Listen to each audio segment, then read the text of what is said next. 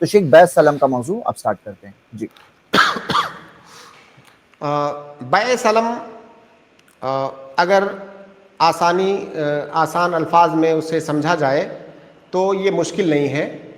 بہت سارے پیچیدہ مسائل ہیں اور جن کی ضرورت کئی دفعہ عام آدمی کو پڑتی بھی نہیں ہے. اس لیے میں بہت ہی سمپل انداز میں بیع سلم کو بتانے کی کوشش کروں گا. جب ہم نے بیع کی اس پروگرام کی ابتدا کی تھی تو وہاں پر میں نے کچھ اصول بتائے تھے شروع میں. اگر آپ کو یاد ہے تو اس میں میں نے ایک چیز بتایا تھا کہ جو چیز ہم بیچتے ہیں کبھی تو وہ چیز معین ہوتی ہے، کبھی وہ چیز موصوف ہوتی ہے.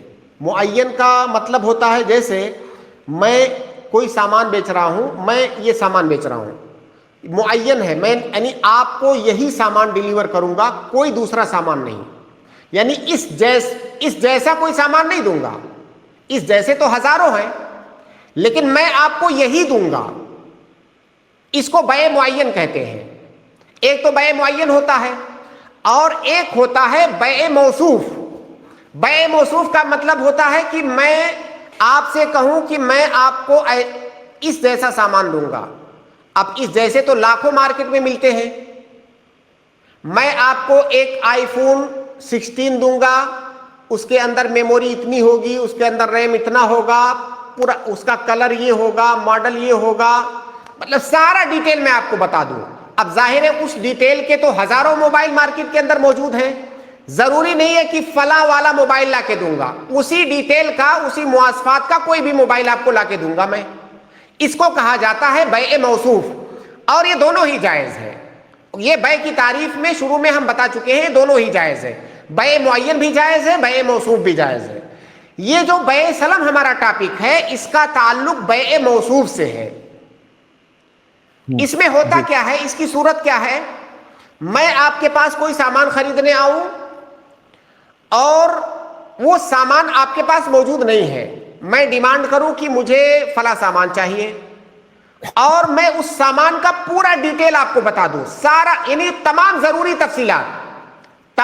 ضروری تفصیلات جن کا جاننا ہمارے یہاں ایک خریدنے والا اور بیچنے والا ضروری سمجھتے ہیں، وہ تمام تفصیلات آپ کو بتا دوں اور کہوں کہ مجھے یہ سامان چاہیے. آپ کہیں کہ یہ سامان ابھی میرے پاس نہیں ہے، آپ کو میں یہ سامان 1 مہینے بعد دے دوں گا. 1 مہینے بعد آپ کو جتنی بھی تفصیلات آپ نے بتائی ہے سیم یہی سامان میں آپ کو دے دوں گا. اب آپ اور سامنے والا کہے کہ ایسا ہے، پیسہ آپ ابھی فوراً پے کر دیجئے. 10,000 روپے کا یہ سامان ہے، میں آپ سے 10,000 میں بیچ رہا ہوں، پیسہ آپ ابھی پے کیجئے، سامان آپ 1 مہینے بعد آ کر کے لے جائیے گا. اس کو کہا جاتا ہے بیع سلم. اللہ کے نبی صلی اللہ علیہ وسلم کی ایک حدیث ہے، غالباً عبداللہ ابن عباس رضی اللہ تعالیٰ عنہما راوی ہے اس حدیث کے، کہ قدم النبی صلی اللہ علیہ وسلم المدینۃ وهم یسلفون فی الثمار السنہ والسنتین. کہ نبی صلی اللہ علیہ وسلم جب مدینہ آئے تو پھلوں کے اندر بیع سلم کرتے. اس کو بیع سلم اور سلف دونوں کہا جاتا ہے، طلبہ کو کنفیوژن نہیں ہونا چاہیے. سلم اور سلف دونوں ایک ہی چیز کا نام ہے. تو جب نبی صلی اللہ علیہ وسلم مدینہ میں آئے تو بیع سلم کرتے تھے، بیع سلف کرتے تھے پھلوں کے اندر. پھلوں کے اندر کیسے کرتے تھے؟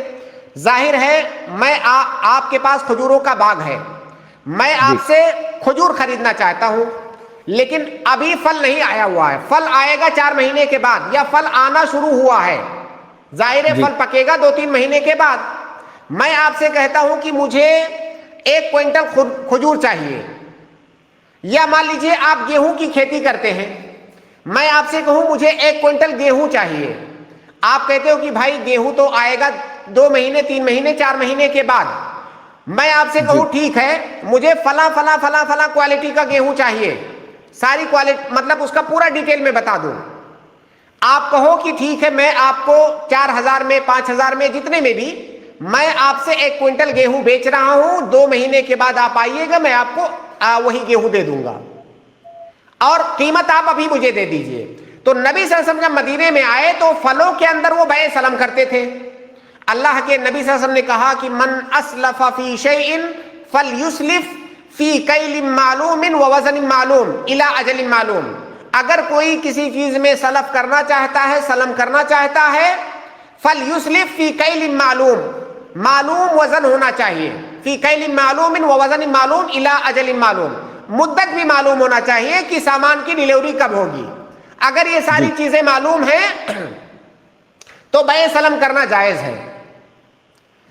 خلاصہ کیا ہوا کہ بیع سلم ان تمام چیزوں کے اندر جائز ہے جو منضبط بالصفہ ہو سکتے ہیں. منضبط بالصفہ کا مطلب جن کو ڈیٹیل بتا کر کے جن کا انضباط ہو سکتا ہے.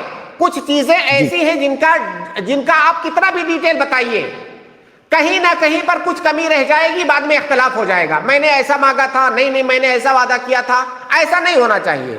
ایسی چیز ہو جس کو صفت کے ذریعے سے منضبط کیا جا سکتا ہو, ایسی کسی بھی چیز کے اندر سلم جائز ہے. یہ پہلی بات. دوسری بات یہ ہے کہ جو چیز آپ لے رہے ہیں کتنی مقدار میں لے رہے ہیں یہ معلوم ہونا چاہیے. تیسری بات ڈیلیوری کب ہوگی یہ بھی معلوم ہونا چاہیے. چوتھی بات پوری قیمت پہلی ہی مجلس میں جس وقت آپ کی ڈیلنگ ہو رہی ہے پوری قیمت ادا ہو جانی چاہیے. جی اگر پوری قیمت آپ ادا کر دے رہے ہیں اور قیمت معلوم ہے, ٹائم معلوم ہے, سامان کے اوصاف سب بتا دیے گئے ہیں, جائز ہے. ایک آخری بات, بیع سلم کسی بھی ایسی چیز کے اندر جائز نہیں ہے جس میں مجلس کے اندر تقابض شرط ہے. جیسے آپ پیسے سے سونا خرید رہے ہیں, آپ بولے کہ میں نے سونے کے سارے زیور کے سارے ڈیزائن وغیرہ بتا دیے ہیں, پیسہ بھی میں ابھی دے دیتا ہوں, زیور میں 1 مہینے بعد لے لوں گا. نہیں, جائز نہیں, کیونکہ یہاں پر تقابض شرط ہے. تو بیع سلم ایسی چیز کے اندر جائز نہیں ہے جس میں تقابض شرط ہے. تو یہ بیع سلم کی صورت ہے جو کہ جائز ہے. اور ہماری شریعت میں بیع سلم کو جائز کرنے کی بہت بڑی حکمت ہے. وہ حکمت کیا ہے؟ کئی دفعہ ہوتا ہے کہ آپ کے پاس پیسہ ہے, ابھی پیسہ موجود ہے, لیکن سامنے والا جو ہے, جیسے مان لیجئے کوئی کھیتی کرنے والا ہے, میں نے پھلوں سے مثال دیا, یا اور کوئی تاجر ہے, اس کے پاس پیسہ نہیں ہے لیکن اس کے پاس یہ مہارت ہے, یہ فن ہے کہ وہ اس سامان کو 1 مہینے 2 مہینے بعد آپ کے لیے حاضر کر سکتا ہے اپنی مہارت سے, اپنے فن سے. آپ کے پاس پیسہ ہے, اب اس کو پیسے کی ضرورت ہے, کیونکہ اگر اس کو پیسہ نہیں ملے گا تو اپنی مہارت کو کہاں دکھلائے گا. جیسے کوئی کھیتی کرنے والا ہے, کھیتی کرنے کے لیے پیسے کی ضرورت ہے, اگر وہ اس کے پاس پیسہ نہیں ہوگا کھیتی نہیں کر پائے گا. آپ کے پاس پیسہ ہے, آپ کو کھیتی کرنا نہیں آتا ہے, یا زمین ہی نہیں ہے آپ کے پاس. اب ایک چیز آپ کے پاس ہے, ایک چیز اس کے پاس ہے, آپ نے اس کو پیسہ دے دیا ابھی مکمل, اس کو پیسہ مل گیا, اب وہ کھیتی کر سکے گا یا وہ تجارت کر سکے گا. اب وہ تجارت کرے گا, آپ کا فائدہ یہ ہے کہ آپ کو سستے میں ملے گا. ظاہر ہے جب پیسہ آپ ایڈوانس میں دیں گے, جب آپ پیسہ ایڈوانس میں دیں گے تو آپ کے ساتھ رعایت کی جائے گی, یہ آپ کا فائدہ ہوا. ہو سکتا ہے کل کو 4 مہینے بعد اسی سامان کی قیمت بڑھ جائے, آپ کی قیمت آج ہی طے ہو گئی ہے, آپ کا یہ فائدہ ہے. سامنے والے کا کیا فائدہ ہے کہ اس کے پاس کیپٹل نہیں تھا, پیسہ نہیں تھا جس سے وہ تجارت کرتا یا کھیتی کرتا, اس کے پاس وہ مل گیا, کیپٹل مل گیا اس کو, اب وہ جو ہے اس کو پروڈیوس کر سکے گا. تو دونوں کا فائدہ ہے اس میں. تو ہماری شریعت نے بیع سلم یا بیع سلف کو جائز قرار دیا ہے. اس کی حکمت یہ ہے کہ اس میں خریدنے والے کا, بیچنے والے کا دونوں فائدہ ہے, لیکن اس پر کچھ پابندیاں لگا دی ہیں تاکہ جس کی وجہ سے ہم حرام میں داخل نہ ہوں. اور وہ پابندیاں میں نے ذکر کر دی. سب سے اہم چیز یہ ہے کہ سامان منضبط بالصفہ ہو, سامان ایسا نہ ہو جس میں تقابض شرط ہو, اور پوری قیمت پہلی مجلس کے اندر ادا کر دی جائے. جی, تو بیع سلم کو اگر آپ نے سمجھ لیا ہے میرے بھائیوں نے بہنیں, ایک سمپل ہے کہ ایڈوانس پیمنٹ جب کر رہے ہیں, اب یہاں پر عام طور پہ ایک عام قاعدہ کیا ہے, پوزیشن ضروری ہے. جیسے کہ شیخ بتا رہے تھے, ساری احادیث آپ نے بار بار سنے ہیں کہ رب نفع حلال نہیں ہوتا ہے معلوم تضمن, جب تک کہ ضمانت میں نہ ہو, پوزیشن نہ لیا جائے. یعنی کہ آپ کا مالک یا مالک کی طرف سے ہونا بھی ضروری ہے, اور آپ کے پاس وہ چیز پوزیشن بھی ہونا ضروری ہے. جیسے کہ ہم نے دیکھا بار بار فرسٹ ڈے سے آج تک برابر دونوں چیزیں چاہیے تھی. اب یہ جو دوسری چیز ہے اس کے اندر ایک استثناء ہے, ایکسیپشن ہے بیع سلم, یعنی کہ اب ایڈوانس پیمنٹ ایک سچویشن کے اندر پوزیشن کے بغیر بھی بیچنا الاؤڈ ہے. وہ سچویشن کیا ہے؟ بیع سلم کی سچویشن. کسی اور نے نہیں, خود نبی صلی اللہ علیہ وسلم نے کیا, جو شیخ نے حدیث بتائے. ایک منٹ میں اسکرین پہ لا رہا ہوں تاکہ یہ آپ لوگ دیکھ لو. جو یہ حدیث شیخ ذکر کر رہے تھے نا, یہ حدیث سے ہمیں کیا پتہ چلتا ہے, خود یعنی اللہ کے رسول صلی اللہ علیہ وسلم کے زمانے میں ہی ہوا ہے, اور یہ پوری طرح سے جائز ہے. کیا کرنا ہے یہاں پہ جو چیز پے کر رہے ہیں. اب جیسے میں ساتھ سوچو کہ جیسے مثال کے طور پہ میرا کرتوں کا بزنس ہے, میں اچھے کرتے بنا سکتا ہوں, لیکن کیپٹل نہیں ہے میرے پاس. آپ کے پاس پیسے, آپ کو کوئی انویسٹ کرنے کی جگہ چاہیے. تو میں آپ کو کہہ رہا ہوں کہ یہ 1000 کرتے جس کا نارمل ہول سیل پرائس 1200 رہا ہوتا, 1200 ہوتا ہے, یہ 1200 روپیز کا ہول سیل پرائس ہے, میں آپ کو 1000 روپے میں دے رہا ہوں, لیکن میں آپ کو 6 مہینے بعد دوں گا ڈیلیوری. پیسے ابھی میرے پاس کرتے نہیں ہے, بنے ہوئے نہیں ہیں. میں سلم اگریمنٹ کر رہا ہوں, ایڈوانس پیمنٹ کا سلف اگریمنٹ, بیس سلف یا بیس سلم کا اگریمنٹ کر رہا ہوں. اس کے اندر میں آپ کو 1000 کرتے دوں گا, یہ ڈیزائن کے دوں گا, اتنی کوانٹٹی کے دوں گا, 6 مہینے بعد دوں گا. ٹھیک ہے, ابھی مجھے مل گئے کتنے, 1000 کرتے اور 1000 روپے کے, یعنی کہ مجھے مل گئے 10 لاکھ روپے. اب 10 لاکھ روپے کیپٹل میرے پاس آ گئے. کیپٹل آ گئے, میں بزنس کروں گا. 5ویں مہینے میں جا کر کے پروڈکشن میں ڈال دوں گا, 6 مہینے میں آپ کو ڈیلیوری دے دوں گا. 5 مہینے کا تو مجھے کیپٹل رولنگ میں مل گیا. میرا فائدہ کیا ہے کہ وہ جو 1200 روپے کا مجھے سیلنگ پرائس ہوتا تھا, میں نے 1000 میں دیا, میرا 200 روپے کا وہاں پہ پر پیس پہ نقصان ہے, لیکن اس کے فائدے میں کیا ملا مجھے 6 مہینے کا کیپٹل مل گیا. آپ کا فائدہ کیا ہے, جو ہول سیل میں بکا ہوتا, جو آپ 1200 روپے کا پرچیز پرائس تھا, وہ آپ کو 1000 روپے میں مل گیا وہ چیز. تو یہ ایڈوانس پیمنٹ ایک مثال صحیح ہے نا, اس میں کوئی بالکل صحیح, بالکل صحیح, بالکل صحیح. ابھی دونوں کا فائدہ ہے, مجھے کیپٹل مل گیا, آپ کو انویسٹمنٹ مل گیا. 200 روپے کا آپ کو بیٹھے 200 روپے کا اچھا پروفٹ دکھ رہا ہے ایڈوانس پیمنٹ کرنے سے. تو اگر آپ مان لو یہ کرتا کے انڈسٹری میں آپ بھی ہو, آپ کو پتا ہے مینوفیکچرر اچھا ہے, ان کو پیسے دے دو ایڈوانس کے اتنے, اور ڈیل اگریمنٹ کر لو, سلم اگریمنٹ, اور آپ بیچ دوں گے.